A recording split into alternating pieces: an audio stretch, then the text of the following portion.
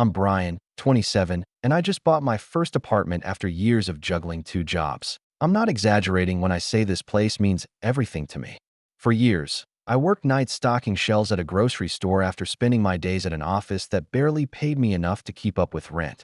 My weekends disappeared into overtime, and vacations were something other people posted about on Instagram. I cut back on eating out, stopped buying new clothes unless absolutely necessary, and learned how to make a week's worth of meals stretch on 20 bucks. Every dollar saved had a purpose. Every late night and early morning was fueled by this idea. One day, I'd have a place that was mine. No landlord, no roommate drama, just mine. The day I signed the papers, I walked into the empty apartment and let out this laugh that came from somewhere deep in my chest. It wasn't fancy, one bedroom, a kitchen that still smelled faintly of paint, creaky pipes that made the occasional groan, but it was mine. I wanted to share that feeling. So I called my mom first, expecting her to scream or cry with happiness. Instead, she just said, "That's nice, Bryan. When's the housewarming?" Her tone was flat, almost distracted. I brushed it off, thinking maybe she was tired. I set a date for the next weekend. I ordered pizzas, stocked the fridge with drinks, and even borrowed folding chairs from a neighbor because I didn't have enough furniture yet. I wanted everyone to feel welcome. I imagined laughter echoing through the place, my cousins checking out the little balcony, my parents congratulating me. It wasn't just a party. It was my way of saying, "Look, I did it." All the hard work paid off. The morning of, I texted the family group chat a reminder. A few people liked the message. My sister didn't reply at all. I brushed off the nerves and started arranging the pizzas, making sure the apartment looked as good as possible. By 6 o'clock, I was standing at the window, waiting for someone to pull up. By 6:30, I was still waiting. By 7, my phone buzzed. My cousin had posted a picture of a barbecue on Instagram. Everyone was there.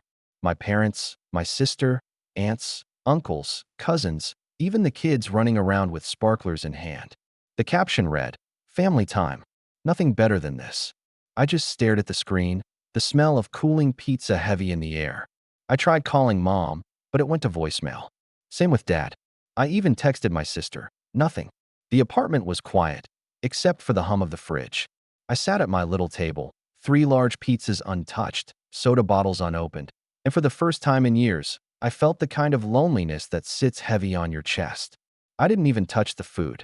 I just sat there, scrolling through picture after picture of everyone laughing at my cousin's barbecue, the kind of laughter I had dreamed would fill my place. Around 9, my phone finally rang. Mom's name lit up the screen. I picked up, half expecting an apology. Instead, she sounded casual, almost cheerful. "Hey, Bryan. Your uncle was saying something smart today. He thinks maybe you should put the deed to the apartment in his name. You know, for the family.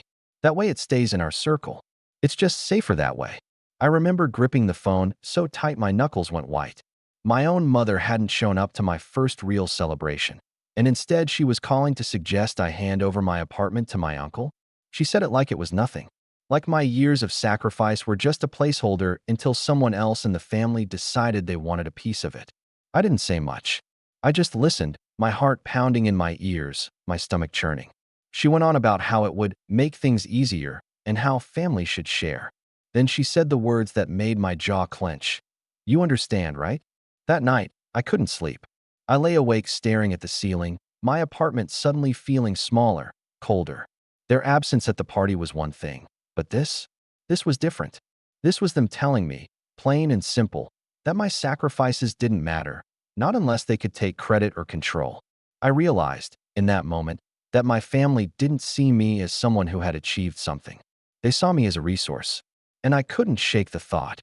If they were bold enough to ask for the deed now, what else would they try to take later? I didn't know what to say to Mom yet. I didn't know how to respond. But I knew one thing for sure. Something inside me had shifted. That was the night I stopped seeing my family the way I used to. And it was just the beginning of what came next. I didn't call Mom back that night. I couldn't. Every time I picked up the phone to type something, my hands froze. What do you even say when your own mother suggests handing over the deed to your home like it's some spare chair in the garage? I thought maybe, just maybe, she would realize how insane it sounded and call again the next day with an apology. But no apology came. The next morning, my phone buzzed with a notification from the family group chat. My uncle, yes, The very one Mom thought I should sign the deed over to, had posted a picture of himself flipping burgers at the barbecue, captioned, "Nothing like family sticking together." Do you know what cut the deepest? My mom had commented with 3 red heart emojis. My sister chimed in with, "Best night ever." And me? Not a word. "No, sorry we missed your party." "No, congrats, Bryan." Not even a thumbs up. It was like my celebration had never existed. I didn't say anything, but the silence between me and my family grew heavy. A few days later, Mom called again, casual as if nothing had happened. "So, Bryan, did you think about what I said? What you said about giving Uncle the deed?" I asked flatly.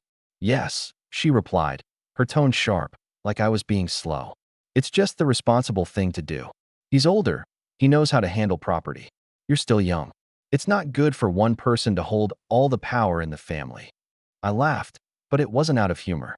"Mom, I worked for years to afford this place. Why would I sign it over to him?" Her sigh was long, disappointed, the same sigh I used to hear when I got a B instead of an A in school.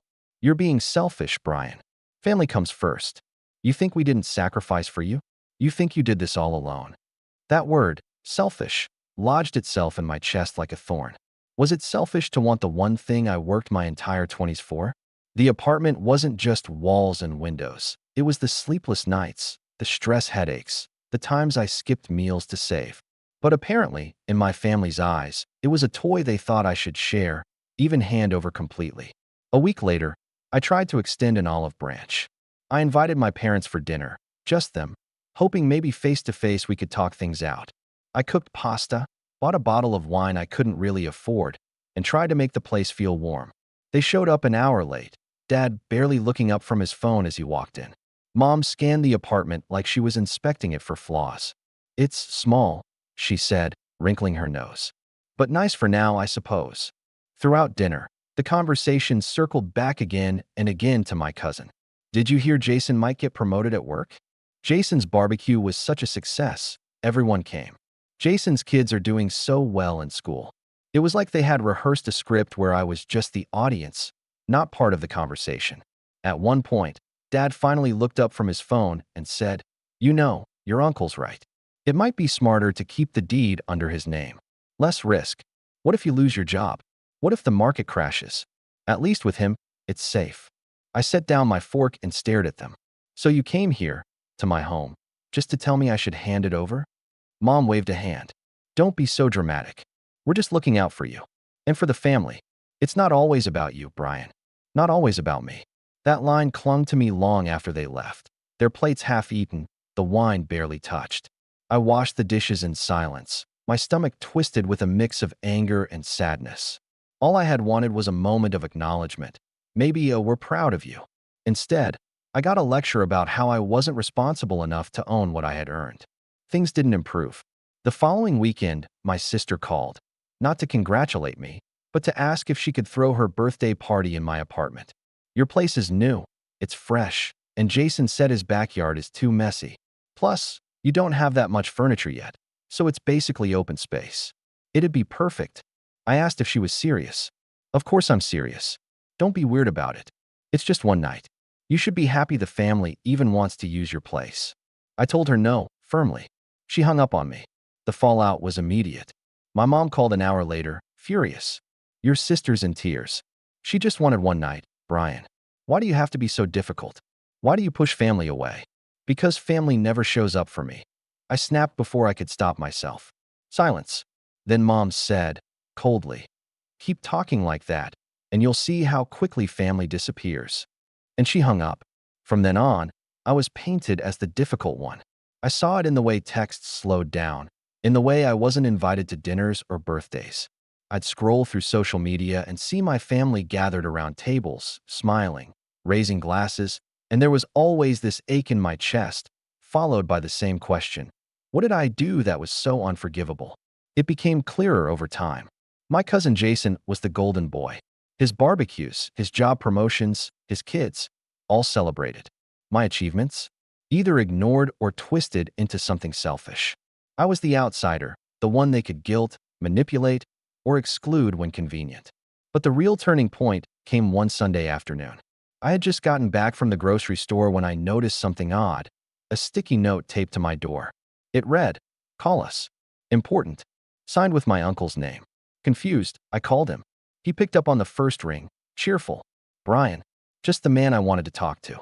We've been discussing it, and we think it's time you made things official. You should transfer the apartment deed to me. That way, the family can start making plans with it." I stood in my hallway, grocery bag still in hand, my heart hammering. Plans with it. What does that mean? "Oh, he said breezily. "Maybe use it as collateral if someone needs a loan. Maybe let your sister stay there for a while once she moves out of her dorm. It's all about sharing, Bryan. That's what family does." I could barely breathe. "So, you want me to give up my apartment so it can be passed around like a family timeshare?" "Exactly," he said, as if I had finally understood something obvious. "You're young. You'll bounce back. But for us, it's security. We'll all benefit. Don't you want that?" I hung up before I said something I couldn't take back. That night, as I sat at my little table surrounded by unopened mail and untouched groceries, I realized something had shifted even further. This wasn't just about them skipping my housewarming. This wasn't about favoritism or guilt tripping. This was about control. My family didn't see me as Bryan, the guy who had fought tooth and nail for his first apartment. They saw me as a resource, a deed, a safety net. And as much as they pushed, as much as they tried to corner me, something inside me hardened. I wasn't going to let them take it. But I also knew, if I said no outright, the pressure would only get worse. And the way my mom had said, "You'll see how quickly family disappears," kept ringing in my ears. I had no idea just how far they were willing to go. And I had no idea how far I'd be willing to push back. I didn't think they'd actually go through with it. For weeks after that call from my uncle, I kept telling myself they were just testing me, trying to push boundaries the way they always did. I thought if I ignored their comments, if I stayed quiet long enough, they'd lose interest and move on to someone else. But that's the thing about people who feel entitled to your life. They don't just stop. They double down. The breaking point came on a Thursday afternoon. I remember it because I had just finished a brutal double shift, 7 hours at the office, another 6 unloading boxes at the grocery store. I was dragging my feet up the stairs to my apartment, grocery bag with a single carton of milk swinging at my side, when I noticed my door wasn't closed all the way. Just a crack, wide enough that the latch hadn't caught. My stomach dropped. I live in a building where you don't leave doors unlocked, not even for 5 minutes. I pushed it open, and the first thing I saw was my sister's purse sitting on my couch. Then I heard voices, my mom, my uncle, and my sister, standing in my kitchen like they owned the place. "Bryan, you're back early," Mom said, her voice sugar-sweet but a little shaky. I dropped the milk on the counter, staring at them. "What are you doing here?" Uncle grinned, leaning against my fridge like it was his. "We were just looking around. Talking plans." "Plans?" My voice cracked from exhaustion and disbelief. My sister, scrolling through her phone like she was bored, finally chimed in. "We're thinking about how to rearrange things once I move in. The bedroom's a little small, but I guess I can make it work. Maybe put Bryan on the couch for a while, just until I settle in." I felt the blood rush to my head. "What?" Mom rolled her eyes, like I was a child throwing a tantrum. "Don't overreact. Your sister needs a stable place while she finishes school. You hardly use the space anyway, Bryan. You're either at work or asleep. What's the harm in sharing? It's family." I took a step back, gripping the edge of the counter to steady myself. "You broke into my apartment." No, Uncle said quickly, raising his hands like he was the reasonable one. "Your mother has a spare key. She just thought it'd be easier to talk this through if we were inside, seeing the space. We're trying to help." That word, spare key, hit me like a hammer. I had given Mom a copy when I first moved in, thinking it was practical, just in case I locked myself out. I never imagined she'd use it to waltz in and plan my eviction. "Help?" I spat. "Help with what?"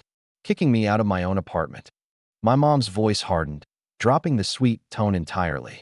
"Don't be so dramatic, Bryan. This isn't just about you. We've been talking, and it makes sense. You're single, you don't have kids, you don't need all this space to yourself. Your sister has her whole future ahead of her. She needs a home base, and you can make that sacrifice. It's what good sons do for their family." I wanted to scream. Instead, I laughed, a hollow, bitter laugh I barely recognized as mine. "So let me get this straight. You all skip my housewarming. You tell me to sign over the deed to Uncle, and now you break into my place to decide how you're going to move my sister in. Uncle shrugged like it was the most obvious thing in the world. Better to do it sooner than later. If we wait too long, you'll get stubborn. And that wouldn't be good for anyone. That last line, it chilled me. Because in his voice, I heard a threat. Not physical, but something worse. The certainty that they could isolate me, twist the narrative, and make me the villain if I resisted. I told them to get out. My voice shook, but I repeated it until the words came out sharp. My sister muttered something under her breath about me being selfish. Mom gave me a look that was equal parts pity and disdain. Uncle just smirked. "We'll give you time to think about it," he said as he walked out, as if it was already a done deal. When the door finally shut, I stood there in silence, the air in my apartment suddenly feeling wrong, tainted. My safe space, the one thing I had fought so hard for, had been invaded. My own family had used my trust, my spare key, as a weapon against me. That night, I couldn't sleep. I kept hearing their voices in my kitchen, talking like I was a guest in my own home. I kept seeing my sister casually claiming the bedroom, like my life was just an inconvenience to her. And worst of all, I kept hearing Uncle's voice. Better to do it sooner than later. The next day, I left work early and went straight to the hardware store. I bought a new lock, one only I had the key to. I changed it that night, my hands shaking as I tightened the screws. When the final click echoed through the door, I felt something shift inside me. Not relief, but resolve. I thought maybe that would be the end of it. That if I drew a line, they'd back off. But I underestimated them. 2 days later, I came home to find a note slipped under my door. It was from my mom, written in her neat, looping handwriting. "We need to talk. You're making things harder than they have to be. Family shares. Call me before it's too late." Too late. It was no longer just about my apartment. It was about control, about obedience, about whether I'd keep playing the role they'd written for me all my life. The quiet son who never argued, who worked hard but never asked for recognition, who handed over whatever scraps of success he managed to claw together so the real stars of the family could shine. That was the night I realized the betrayal wasn't just that they skipped my party or that they wanted my apartment. The real betrayal was that they never saw me at all. To them, I wasn't Bryan, a man who had fought for something he could finally call his own. I was just a resource, a placeholder, a couch they could sit on until they were ready to move. And once you see that truth, you can't unsee it. I didn't know it then, but that was the moment I stopped trying to win their approval.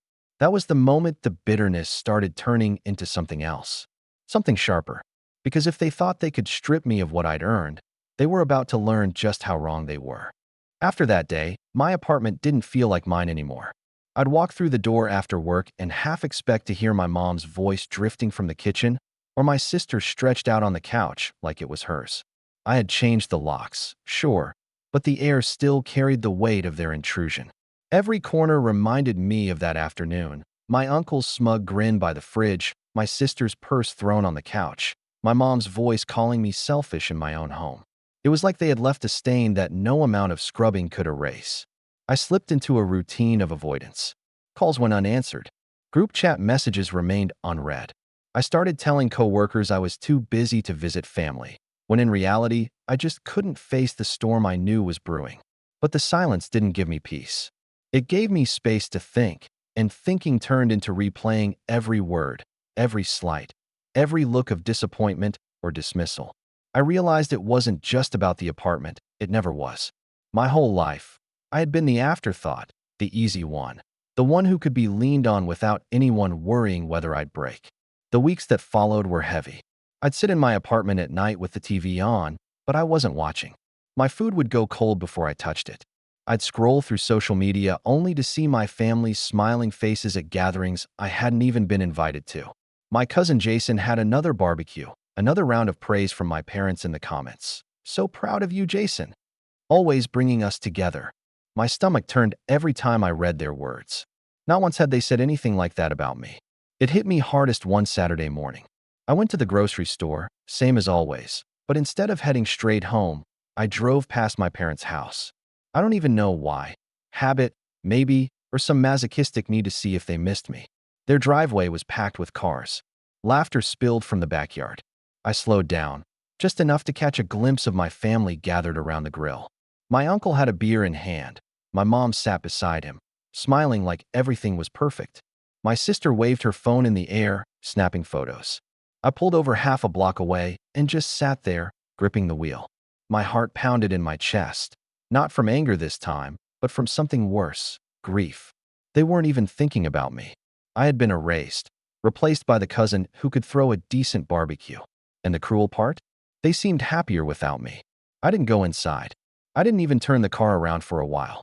I just sat there until my eyes burned, until the groceries in the back seat started to sweat in the heat. Eventually, I drove home in silence. The image of that backyard burned into my mind. That night, I didn't bother cooking. I left the groceries on the counter, unopened. I lay on my bed, staring at the ceiling, and for the first time since buying the apartment, I wondered if maybe they were right. Maybe I was selfish. Maybe I didn't deserve to keep something just for myself. The thought scared me because it sounded like their voice inside my head. The days blurred after that. Work became just noise in the background of my thoughts. I'd smile when customers asked for help at the grocery store, nod during meetings at the office, but my mind was somewhere else entirely. I'd catch myself staring at my phone, thumb hovering over mom's contact, tempted to call and apologize. For what? I didn't even know. Just to stop feeling this heavy emptiness. But every time I thought about caving, I remembered that moment in my kitchen. My sister casually laying claim to my bedroom. My uncle saying it'd be better to do it sooner than later. My mom calling me selfish for wanting to live in the space I had bled for. And I'd put the phone down. The real breaking point, the moment that shoved me all the way down, came a few weeks later. My dad called out of the blue. His voice was oddly cheerful. "Hey, Bryan. We're having a little get-together this weekend. You should come." Something in me sparked, a pathetic flicker of hope. Maybe they had come around. Maybe they wanted to make peace. "Where is it?" I asked. "At Jason's place," Dad said. Of course. I hesitated. "And why invite me now?" There was a pause, then Dad chuckled. "Your uncle says it's time we all sat down and sorted this apartment thing. Don't be stubborn, son. Bring the deed papers. We'll talk it over like adults." My hand tightened on the phone until my knuckles hurt. That was the only reason they wanted me there. Not to see me, not to celebrate me, but to pressure me. To corner me in front of everyone until I gave in. I told them I'd think about it. Then I hung up and threw my phone across the couch. That weekend, I didn't go. I stayed home, blinds drawn, the sound of distant fireworks echoing through the night. When I checked my phone later, the group chat was flooded with pictures of the family meeting. My sister had even posted a photo of an empty chair at the table with the caption, "Guess who's too selfish to show up?" That broke me. Not the invasion, not the threats, not the casual dismissal. That picture, that empty chair labeled as me. Like I wasn't just absent, I was a joke. I spent the next week in a haze. I went to work. I came home. I avoided mirrors because I couldn't stand looking at myself. I had fought so hard for this apartment, for this life, and now it felt like I was losing both. But somewhere in the middle of that fog, a thought began to form. It was faint at first, fragile, but it grew stronger every time I saw another message or another photo. Maybe I couldn't make them see my worth. Maybe I couldn't force them to respect me. But I didn't have to keep playing their game. Late one night, I sat at my kitchen table, pen and notebook in hand. For the first time, I started writing things down. Plans, ideas, tiny sparks of rebellion. I wasn't ready to act yet, but just putting it on paper gave me a strange sense of power. Quiet, small, but real. Because if they were going to treat me like an outsider, maybe it was time I stopped fighting to be let in. And if they thought I was going to roll over and hand them everything I worked for, maybe it was time I showed them just how wrong they were. But before any of that, I had to sit with the pain. I had to sink to the bottom, let it press down on me until I couldn't breathe, because only then would I know what it meant to rise back up. And as I sat there in that silence, pen hovering over paper, I realized something important. The next move would be mine. When you hit the bottom, you start to see things differently. That's what surprised me most. For weeks I had been drowning in that hollow loneliness, convinced I was nothing more than the selfish caricature my family painted me to be. But once I sat at that kitchen table with a notebook and a pen, it was like I finally had a light in the darkness. At first, my plans weren't really plans. They were fragments, angry scribbles about changing the locks again, cutting everyone off, proving them wrong somehow. But the more I wrote, the calmer I became. Slowly, those scribbles turned into structured lists. Questions like, what do I want that has nothing to do with them? What would success look like on my own terms? And the biggest one, how do I make sure they never have power over me again? I realized I had spent so long chasing their approval that I had never really thought about my own. For years, every achievement felt empty until mom or dad said, "Good job." Every step forward, I'd look sideways, hoping someone in my family noticed. And when they didn't, I'd shrink back into myself. But now, I was done looking sideways. The first real change came at work. I'd been coasting at the office job, doing just enough to get by because I always told myself, this isn't forever. It's just until I can breathe. But one afternoon, my manager pulled me aside after a meeting and said, "Bryan, you've got good ideas, but you don't speak up. Why is that?" Normally, I would have laughed it off, muttered something about being tired, and let the moment pass. But that day, something clicked. Why wasn't I speaking up? Why was I holding back? I had ideas, solid ones, and I was tired of pretending otherwise. So, the next meeting, when they asked for suggestions on a project, I raised my hand. My voice shook at first, but I pushed through. By the time I finished, people were nodding, even jotting notes. 2 weeks later, my manager asked me to lead a small team on a new assignment. It wasn't a promotion, not officially, but it was trust, responsibility, proof that maybe I was more than the quiet kid in the corner. At the grocery store, I cut back my hours. It was scary, giving up that safety net, but I told myself it was time to stop surviving and start building. The extra energy I had went into learning. I spent nights at my desk, laptop glowing, teaching myself new skills, Excel formulas, project management tools, even some coding. Stuff I used to scroll past because I was too tired to care. But now I cared, because every skill I added was another brick in the wall between me and my family's control. The apartment itself began to change, too.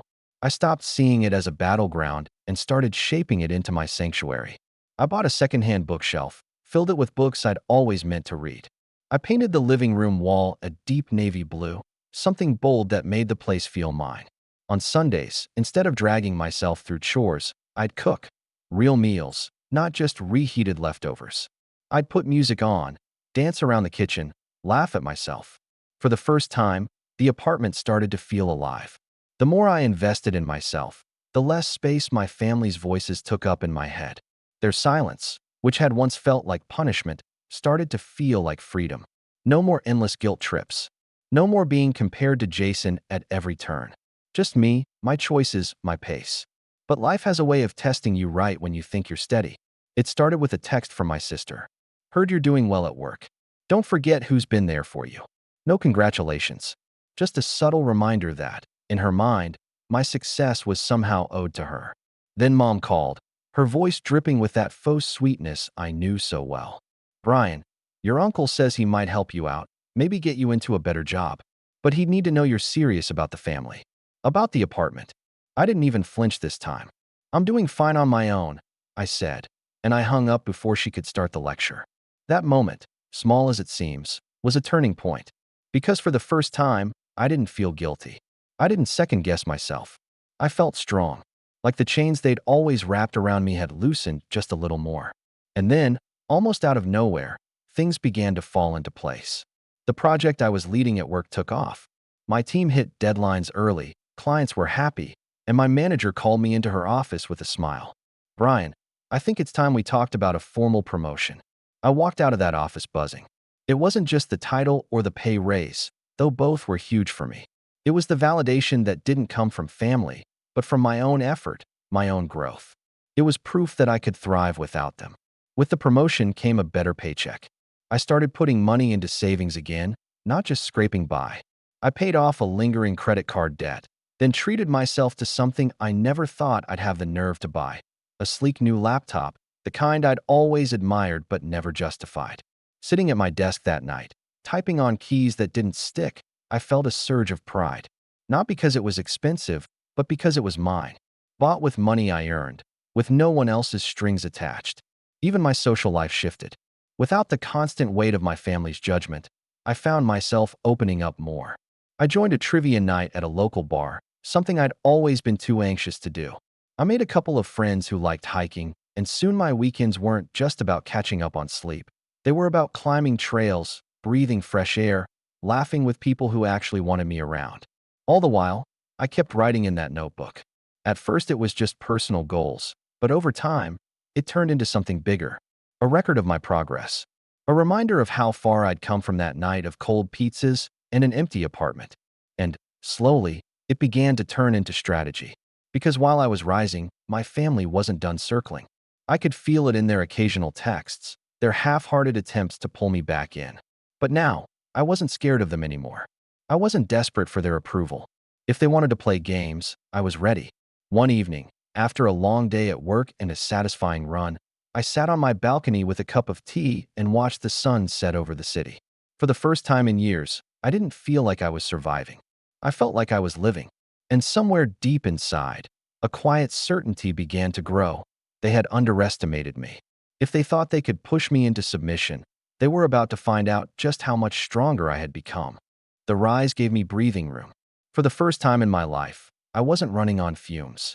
I had money set aside, a promotion at work, a few real friends who didn't treat me like a background character. But most importantly, I had clarity. I could finally see my family's tactics for what they were. Patterns of control disguised as love, obligation wrapped in guilt. And when you see the strings, you can start cutting them. It started small. One evening, I was scrolling online when I stumbled across an article about property rights and ownership. I had never thought much about the legal side of things before. I figured once I signed the deed, that was that. But this article talked about how common it is for family disputes to end up in court. Siblings fighting over houses, uncles trying to hold property for safekeeping. It sounded exactly like the nonsense my family had been pulling. So I started researching. Not just casual Googling, but deep dives into forums, government sites, even videos from lawyers breaking down worst-case scenarios. I learned about fraudulent transfer claims, the importance of notarized documents, and, most importantly, how to protect your property from being contested. I even found a local law firm that offered free consultations. Out of curiosity, I booked one. Sitting across from the attorney in his crisp gray suit, I laid it all out.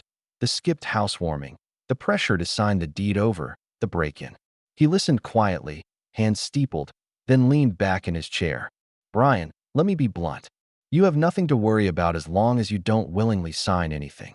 The deed is in your name. Your rights are protected. They could scream until their voices go hoarse, but they can't take this apartment from you unless you hand it to them." Relief washed over me, but then he added something that made my stomach tighten. That said, families like this often rely less on law and more on pressure. Emotional manipulation. Smear campaigns. If they feel entitled enough, they'll find other ways to make your life miserable until you give in. I left the office with two things: certainty that I wasn't crazy for feeling threatened, and the seed of an idea. If my family wanted to treat me like a pawn, then maybe it was time I learned how to play chess. The next few months became a quiet transformation. Outwardly, I kept my head down, still polite when they called, still neutral in the group chat. But underneath, I was building. I funneled extra savings into an emergency account under a different bank, one my family didn't know about. I updated my will, not because I had much, but because it felt symbolic, proof that my decisions were mine alone. At work, the promotion turned into something bigger. My manager pushed me into a leadership training program, the kind that came with networking opportunities. I found myself in rooms with people who weren't just coworkers, but potential allies. People who saw me as Bryan, not the selfish one. It was empowering to be valued for my skills rather than my silence. And then came the unexpected stroke of luck. One of the friends I'd met through trivia nights, Alex, turned out to work in real estate. Over beers one night, I vented a little about my family's obsession with my apartment. He laughed and said, "They're wasting their time. But hey, if you really want to throw them off, there are ways. Ever thought about putting your place into an LLC?" I blinked. An LLC? Like a company? Exactly. People do it all the time for rental properties. It separates your personal assets from the property. Legally, it becomes its own entity. Your family wouldn't even know how to touch it without jumping through 10 layers of hoops. That idea lodged itself in my brain and refused to leave. Over the next week, I researched every angle of it. It wasn't cheap, but it was doable. And more than that, it was elegant. My family thought they were circling prey, but in reality, the walls were already going up. In parallel, I started keeping records. Screenshots of texts where they hinted at taking the apartment. Notes about every call, every comment. Copies of the note my uncle had left on my door. At first, I did it just for my own peace of mind. But soon I realized it was ammunition. If things ever escalated, I wouldn't just be defending myself. I'd have proof of their schemes. Of course, my family didn't know any of this. To them, I was still the quiet Bryan they could push around. They proved it one Sunday when my mom called, her tone sharp. "We're having dinner at Jason's tonight. Come. We need to talk about the apartment again." I went, not because I wanted to, but because I needed to see their faces to remind myself of what I was up against. As soon as I walked in, it was the same routine. Jason's kids running around, everyone praising him for some new work project, my mom beaming like he hung the moon. I sat at the corner of the table, silent, until my uncle cleared his throat. "So, Bryan," he said, too loud, making sure everyone heard. "Have you come to your senses yet? Ready to do what's right for the family?" All eyes turned to me. I could feel the weight of their stares, the anticipation of my surrender. I smiled. Not the nervous, shaky smile they were used to, but something steadier. "I'm still thinking about it," I said calmly. Murmurs rippled around the table. My mom looked relieved, my sister smirked, and my uncle leaned back with a satisfied nod. They thought they were winning. But inside, I was already steps ahead. That night, as I drove home, their voices faded into the background of my thoughts. All I could hear was the echo of the lawyer's words. "As long as you don't sign anything, they can't take it from you." And Alex's advice about the LLC.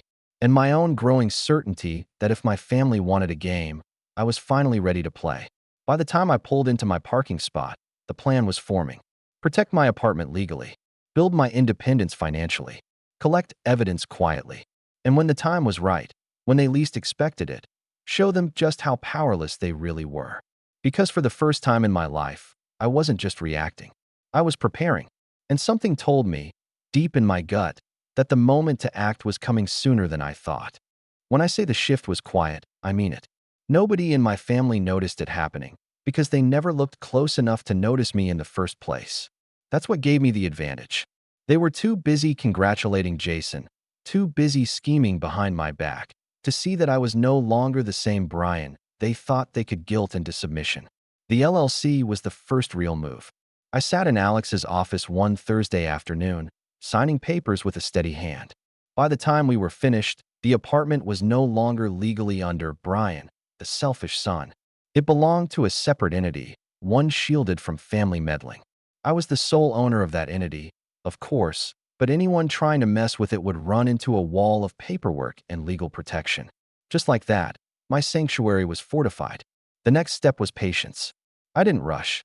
I let them think they were still circling me, still wearing me down. Mom would call with her usual guilt trips. "Your uncle worries about you, Bryan. Don't be ungrateful." My sister would text late at night. "I'll need the spare key soon. We'll figure it out." And uncle, always with that smug confidence, would corner me at family dinners with, "So, when's the big handover?" Every time, I kept my responses vague. Non-committal.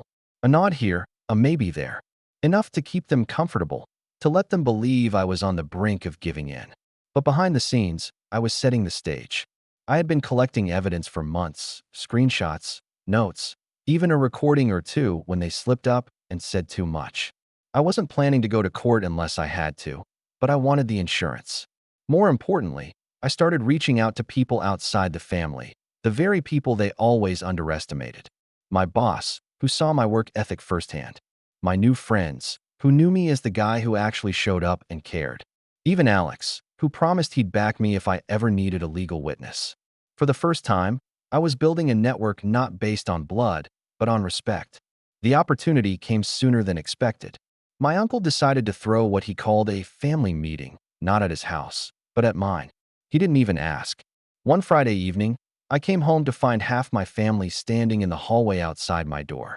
Mom was holding a casserole dish, like this was some kind of celebration. "Open up, Bryan," Uncle said with that same commanding tone. "We need to talk inside." I stood there for a moment, keys in hand, heart pounding. Then I smiled, calm, collected, and unlocked the door. "Sure, come in." They filed inside, chattering like it was already theirs. My sister tossed her jacket on my couch. Mom set the casserole on the counter, and Uncle clapped me on the back. Smart choice, Bryan. You'll see, this is for the best. I didn't argue. I let them sit, let them pour drinks, let them feel comfortable. Then, when everyone was settled, Uncle leaned forward, elbows on his knees. So, the deed. Let's finalize this. The room fell silent. All eyes turned to me. I took a deep breath, pulled a folder from my backpack, and set it on the table. Their faces lit up. They thought it was the paperwork they'd been waiting for. But when Uncle opened it, his smile faltered.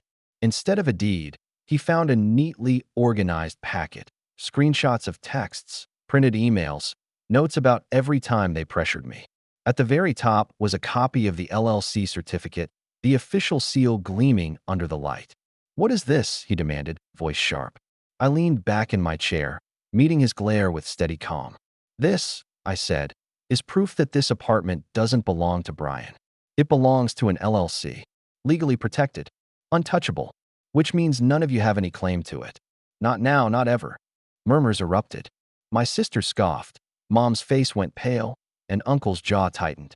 "You can't be serious," Mom said, her voice trembling. "I'm very serious," I replied.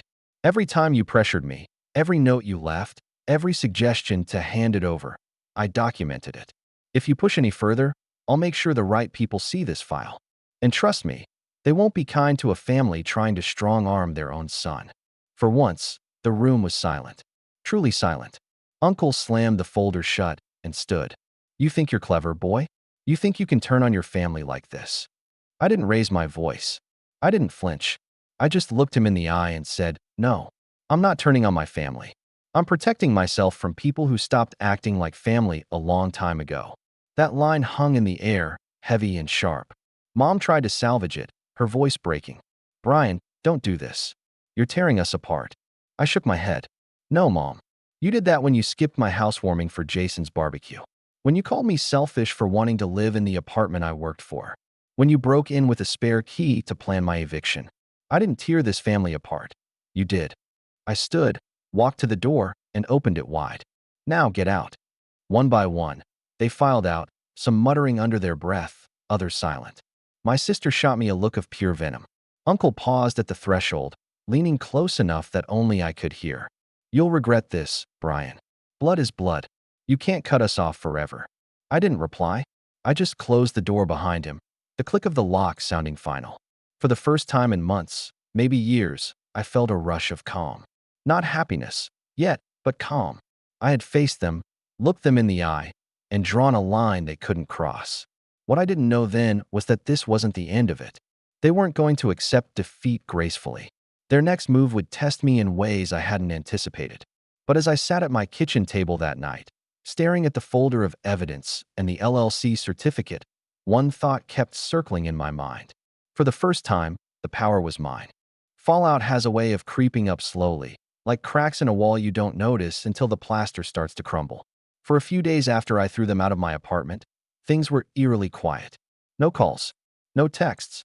The family group chat went dead, which almost made me laugh.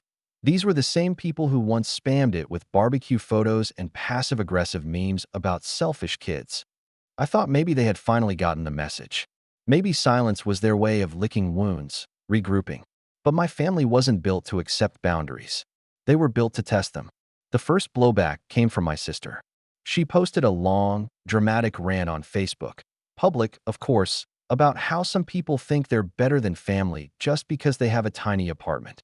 She painted me as a cold, selfish brother who wouldn't even open his home when she needed stability.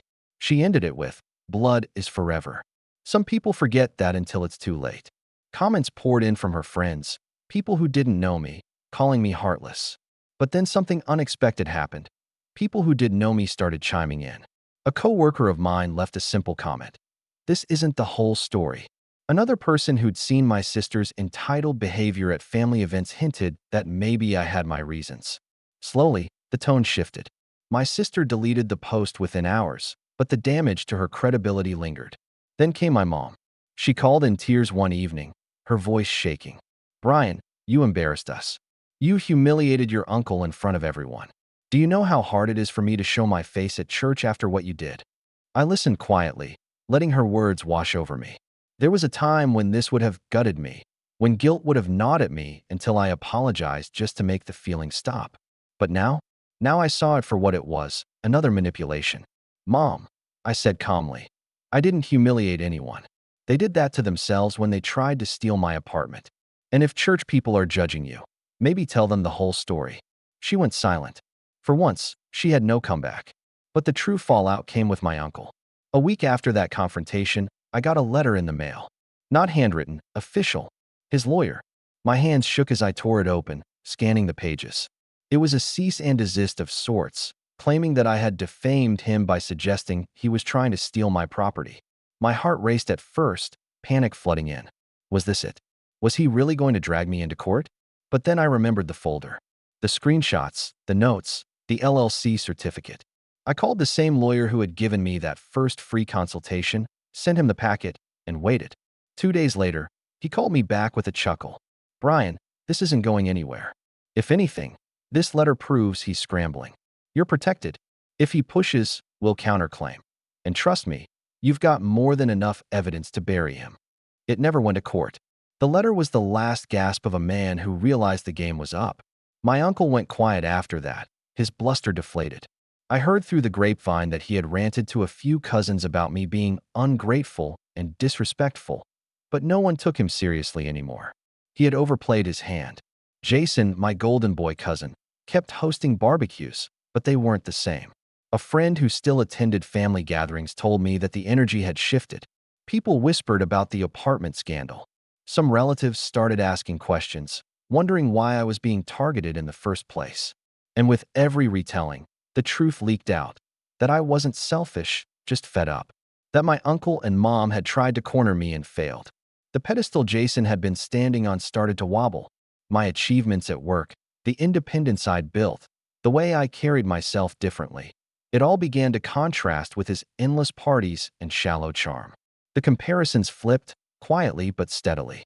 For once, I wasn't the disappointment. I was the one who had stood his ground. And the best part? I didn't have to fight anymore. The revenge wasn't a dramatic explosion. It was a quiet dismantling. A shift in power. They had tried to strip me of my dignity, my home, my autonomy, and instead, they ended up exposing themselves. Months passed. I stopped checking the group chat entirely. Holidays came and went without invitations. At first, the silence stung, but then I realized it was peace. Real peace. I spent Thanksgiving with friends who laughed with me, not at me. I celebrated Christmas in my apartment, decorating it with lights and cooking a meal I actually enjoyed eating. On New Year's Eve, I stood on my balcony with a glass of champagne, watching the city light up, and I felt something I hadn't felt in years: freedom. One evening, I found myself sorting through old mail and came across the spare key I had once given my mom. The sight of it made my chest tighten. That little piece of metal had been the symbol of trust, and they had used it to betray me. I walked it down to the building's dumpster, tossed it in, and felt a weight lift from my shoulders as it clanged against the bottom. The final nail in the coffin came not from me, but from them. My dad, who had stayed mostly silent throughout, called one night.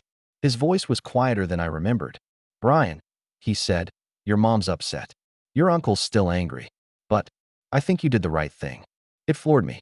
For years, he had been the silent partner in their manipulation, nodding along, never standing up for me. And now, here he was, admitting it. You worked for that apartment, he continued. It's yours. Don't let anyone tell you otherwise. We didn't talk long. But when I hung up, I sat in the dark for a while, letting the words sink in. Maybe he would never say it publicly. Maybe he'd never stand up to mom outright. But for once, I had his acknowledgement. And it was enough. Looking back, the revenge wasn't in legal threats or dramatic speeches. It was in reclaiming myself, in drawing the line so firmly that they couldn't cross it without consequences, in showing them that the quiet son, the easy one, the selfish one, had more strength than they ever imagined. The fallout left scars, sure. I don't pretend otherwise. But it also left space for growth, for peace, for a life defined on my terms.